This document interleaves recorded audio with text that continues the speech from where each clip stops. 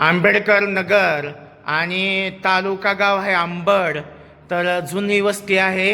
हे असं लोकेशन आहे. विहार खूप चांगलं सुंदर मोठा असं आहे बघा. आणि ह्या महिला रोज येणाऱ्या विहारात आहेत हो का, रोज येतात. हे असं आहे बघा लोकेशन. आणि या महिलांचं करावं तितकं कौतुक कमी आहे.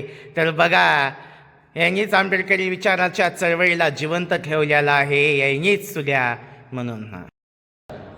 तर पहा, ह्या आंबेडकरी चळवळीला, या विचाराला जिवंत ह्याच महिला ठेवतात.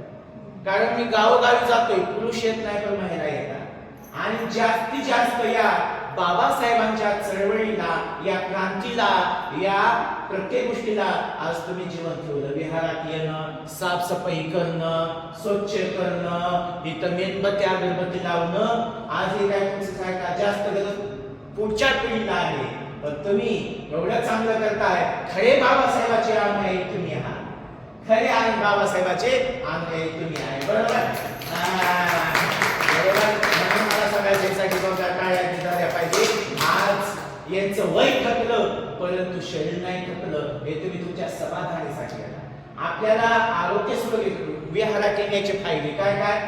विहारात आलं शांतता राहतं, व्यायाम होतो, विहार स्वच्छ राहतं आणि आपल्यामध्ये आपल्याला म्हणजे सुखाने जीवन जगावं आणि मरताक्षरी सुद्धा सुखाने मरण द्यावं. एवढ्यासाठी आपण विहारात यायचं आणि आपल्यामुळे दुसऱ्यांना लाभ.